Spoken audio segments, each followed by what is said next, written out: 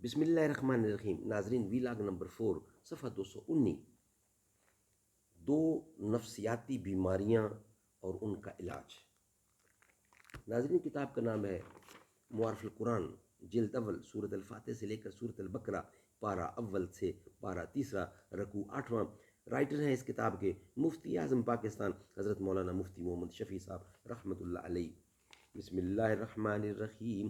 الحمد للہ وکفا وسلام علی عبادہ الذین اصطفیٰ.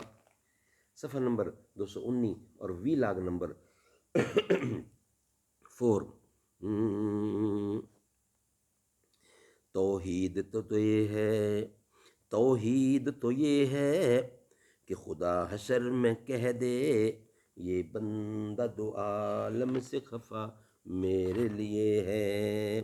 توحید تو یہ ہے کہ خدا حشر میں کہہ دے، یہ بندہ دو عالم سے خفا میرے لیے ہے. دو نفسیاتی بیماریاں اور ان کا علاج، یہ ہیڈنگ ہے.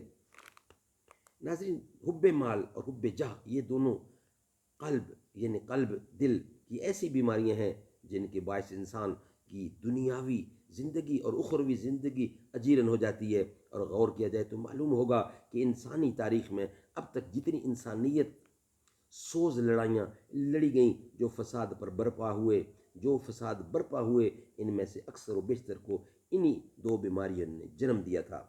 حب مال کے نتائج یہ نکلتے ہیں: نمبر 1، کنجوسی اور بخل پیدا ہوتا ہے، جس کا ایک قومی نقصان تو یہ ہوتا ہے کہ اس کی دولت قوم کو کوئی فائدہ نہیں پہنچاتی.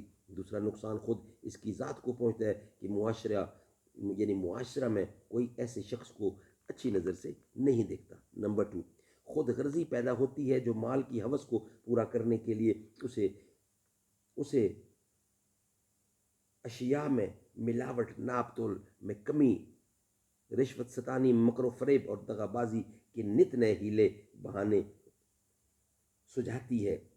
وہ اپنی تجوری پہلے سے زیادہ بھرنے کے لیے دوسروں کا خون نچوڑ لینا چاہتا ہے. بالآخر سرمایہ دار اور مزدور کے جھگڑے جنم لیتے ہیں.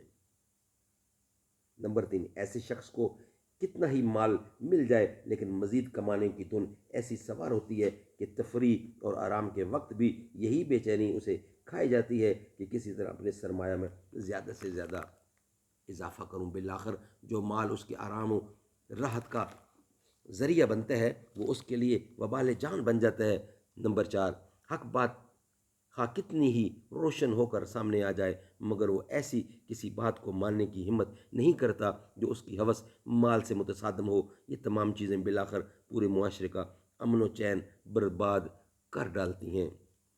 غور کیا جائے تو قریب یہی حال حب جاہ کا نظر آئے گا کہ اس کے نتیجے میں تکبر، خود غرضی، حقوق کی پامالی، ہوس اقتدار اور اس کے لیے خون ریزیاں، لڑائیاں اور اسی طرح کی بے شمار انسانیت سوز خرابیاں جنم لیتی ہیں، جو بالآخر دنیا کو دوزخ بنا کر چھوڑتی ہیں. ان دونوں بیماریوں کا علاج قرآن کریم نے یہ تجویز فرمایا ہے: وَاسْتَعِینُوا بِالصَّبْرِ وَالصَّلَاةِ، اور مدد لو صبر اور نماز سے.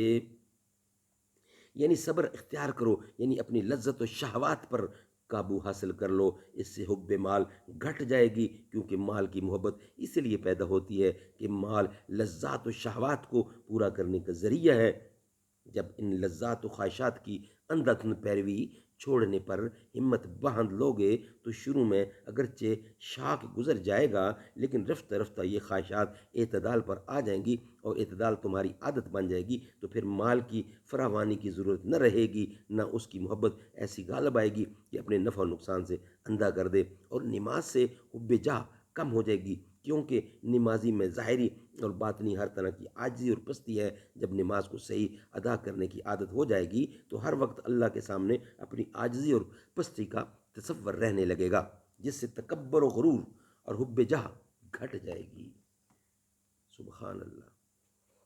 ناظرین، 4 ولاگ کمپلیٹ ہوئے، 5ویں میں آپ سے انشاءاللہ ملاقات ہوگی. اللہ تعالی ہمت اور توفیق دے کہ اس کی ذات پر پورا یقین اور عمل کیا جائے.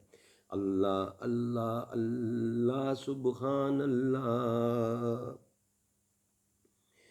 ہم کو نبی کی امت میں اس پیدا کیا، سبحان اللہ، ارض و سما سب چمک اٹھے، گلشن گلشن مہک اٹھے، صلی اللہ کے ترانوں سے ہر سو انا دل چہک اٹھے۔ کون ہے کس کی آمد پر ہے چرچا، سبحان اللہ، واللیل سے آئی زلفوں کی چہرہ والضحیٰ اس کا، کل کائنات کا ہے پیارا، خود آپ محب ہے خدا اس کا۔ رب نے بنایا جب اس کو خود آپ کہا سبحان اللہ، جو تیرا ہوگا میرا ہے، جو تیرا نہیں وہ میرا نہیں، تیرے یاروں کو جنت بخشوں گا، پریشان نہ ہونا، پریشان نہ ہو محبوب خدا۔